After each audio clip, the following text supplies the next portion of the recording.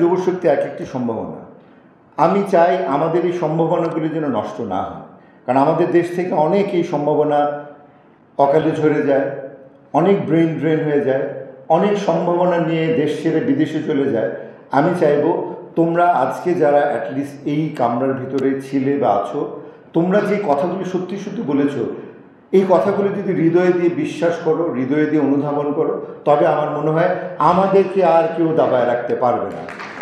মেধাটাকে যদি প্রপার জায়গায় কাজে লাগে, তবে কিন্তু আর থমকে থাকতে হবে না। তবে অবশ্যই আমরা ইনশাআল্লাহ সামনের দিকে এগিয়ে যাব। আমরা এই যুবশক্তি যদি মাননীয় প্রধানমন্ত্রীর দুই হাতকে আজকে এই যে 5 কোটি যুবক, 5 কোটি তরুণেরা, এই 10 কোটি হাত যদি মাননীয় প্রধানমন্ত্রীর দু হাতের সঙ্গে থাকে, তো মাননীয় প্রধানমন্ত্রী আরও উদ্যম নিয়ে, আরও শক্তি নিয়ে সামনের দিকে এগিয়ে যাবে বলে আমি বিশ্বাস করি। আশায় থাকবো তোমরা আমার কাছে আসবে, তোমাদের এই যে নতুন নতুন ট্যালেন্ট, নতুন নতুন আইডিয়াস তোমরা আজকে দিলে, সেগুলো আমরা একসাথে মিলে ইনশাল্লাহ ইমপ্লিমেন্ট করব এবং অবশ্যই আমাদের এই সোনার বাংলাকে আমরা স্মার্ট বাংলাদেশ হিসেবে সামনের দিকে এগিয়ে নিয়ে যাব। দুর্ভাগ্য 75-এর 15ই আগস্ট তাকে হত্যার মধ্য দিয়ে এদেশের আউলবদল আসাম রাজাকার সাম্রাজ্যবাদের দোসররা বাংলাদেশকে এমন পিছনে ফেলেছিল যে স্বপ্ন বাংলাদেশের কোনো গণতান্ত্রিক মানুষ কোনোদিন চিন্তা করতে পারেনি, বাট সাম্রাজ্যবাদীরা চিন্তা করেছিল।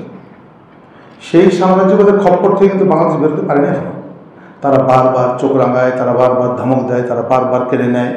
আর আমাদের এই দেশের সেই যে প্রাগৈতিহাসিক আমলের ধ্বজাধরা কিছু বাঙালি চরিত্র রয়েছে না, তারা তাদেরকে বাতাস দেয়, তারা কিচ্ছু দেখে না, স্টিল টুডে তারা দেখছে না, কিছুই দেখছে না। নেতৃত্ব শেখ হাসিনার, রিমেম্বার, নেতৃত্ব শেখ হাসিনার, এটা কিন্তু তোমরা ভুলে যেও না। নীতি নৈতিকতার জায়গাতে তোমরা সতেজ থেকো, কেউ তোমাদের দাবাতে পারবে না। যদি তোমার নীতি ঠিক থাকে, তোমার যদি চরিত্র গঠন বলতে শুধু ওই চরিত্র না, যে চরিত্র আমরা সাধারণত বুঝে থাকি, নিশ্চয়ই সেটাও চরিত্র, অফকোর্স চরিত্র, কিন্তু নীতি নৈতিকতার চরিত্র একটি মানুষের জীবনের সবচেয়ে বড় শৃঙ্খল, বড় সবচেয়ে বড় উত্থানের জায়গা, আবার পতনেরও জায়গা, তাকে অবহেলা করলে। তাই আমি অনুরোধ করবো, তোমাদের বয়স এখন বলে না যৌবন যার যুদ্ধে যাবার শ্রেষ্ঠ সময়, সকল যুদ্ধে তোমাকে জয়ী হতে হবে।